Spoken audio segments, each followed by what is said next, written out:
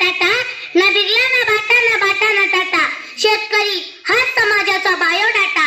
नमस्कार, मी श्रावणी भरत गोडके, राहणारी रांजणीची, तालुका पाथर्डी, जिल्हा अहिल्यानगर, जिल्हा परिषद प्राथमिक शाळेतील विद्यार्थिनी. माझ्या भाषणातून मी विषय म्हणते, मी शेतकरी बोलतोय. पुन्हा पुन्हा तीच चर्चा, प्रश्न काही सुटत नाही.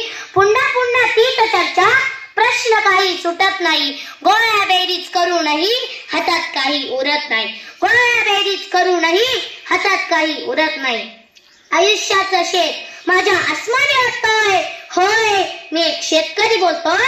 होय, मी एक शेतकरी बोलतोय. भारत हा कृषी प्रधान देश आहे. अशा मानणाऱ्या राजकीय नेत्यांनो, पहा आमच्या शेतकऱ्याची व्यथा. मी पण एक शेतकऱ्याचाच लेकरू. शेतकऱ्याच्या खऱ्याखुऱ्या दुःखाला वाचा फोडवण्यासाठी मी हा विषय घेतला. खरं तर स्पर्धेसाठी खूप सारे विषय होते, पण तुम्हा युवकांच्या मनाला लागणारा, भिडणारा, यासाठी मी हा विषय निवडला. लोकशाहीच्या कारभारात कुणी म्हणेल विठ्ठल, तर कुणी म्हणेल पांडू. लोकशाहीच्या कारभारात कुणी म्हणेल विठ्ठल, तर कुणी म्हणेल पांडू.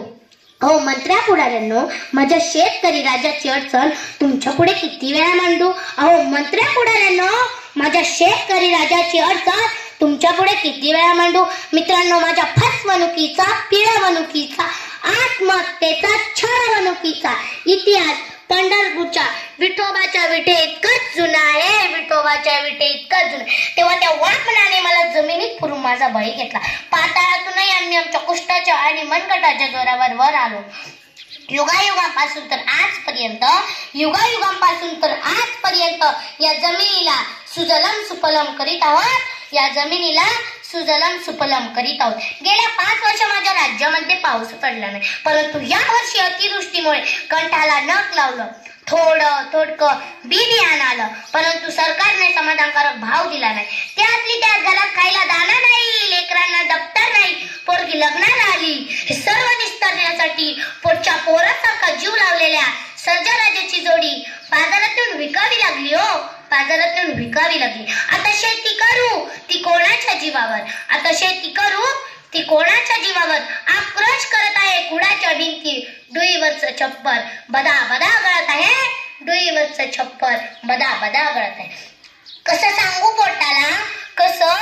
सांगू पोटाला, कांगावा करू नकोस. हितभर असलं तरी ते भुकेनं मरत आहे. हितभर असलं तरी ते भुकेनं मरत आहे. मी शेतकरी आहे, हा माझा गुन्हा आहे की अतिवृष्टीमुळे झाला हा निसर्गाचा गुन्हा आहे. हसू की रडू, जगू की मरू, हे जवळ मला कळत नाही तवर मला आत्महत्येच्या पर्यायाशिवाय काहीही उरत नाही. पोरग म्हणताना बा शाळेत फी सांगितली, गया शपथ सांगतोय, तो गयाचा फासच आठवतो. बायको म्हणते ना, अहो पीठ संपत आलंय, तोंडात टाकलेला घास नळड्यातच अडकतो. अहो तुम्ही सरकारची बात करताय. मी परमेश्वरालाही शिव्या देऊन बसलोय.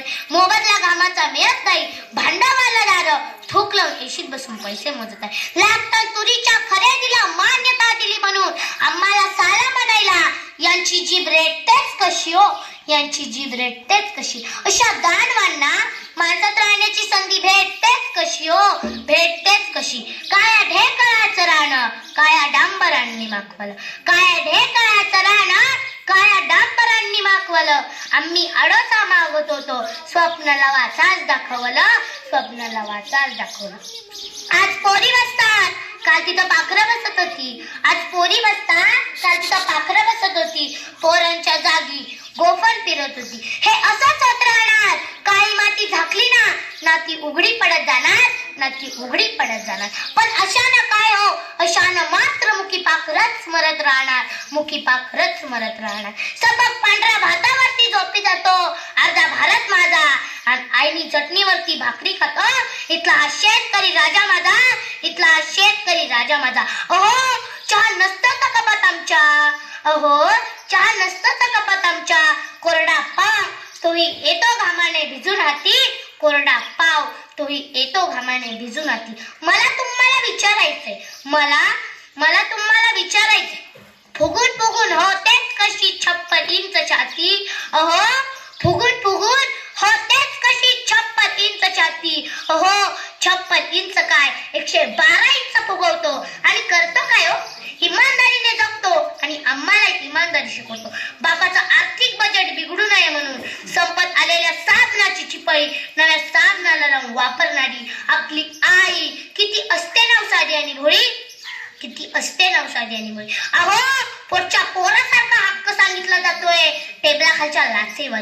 यांना कुठं माहित असतं एवढ्या करता किती भेगा पडतात माझ्या शेतकरी राजाच्या टाचेवर, माझ्या शेतकरी राजाच्या टाचेवर. अहो जगभर प्रवास करा नेत्यांनो, पण रिकाम्या पोटी झोपण्याआधी अर्ध्या नेट भारताचा अगतिकेचा प्रवास थांबावाच लागेल, थांबावाच लागेल. अरे मान्य आहे शेतकरी जुगाडाचा धंदाच आहे, लागला तर लागला, नाही तर पालथा पडलेलाच आहे, पालथा पडलेलाच आहे. म्हणून काय हरायचं असतं, एकजूट राहायचं, शासनाला आपला हक्क मागायचा. होय सरकार मी बोलतोय, होय सरकार मी बोलतोय. आणि मंत्र्यापुढाऱ्यांनो, तुम्हाला जर आमच्या शेतकऱ्याच्या मुलांची आत्महत्या थांबवायची असेल तर आमच्या शेतकऱ्याच्या मुलांना मोफत शिक्षण द्या, त्यांना स्कॉलरशिप द्या आणि आत्महत्या केलेले जे काही शेतकरी आहेत त्यांना तात्काळ उभारी योजना लागू करा.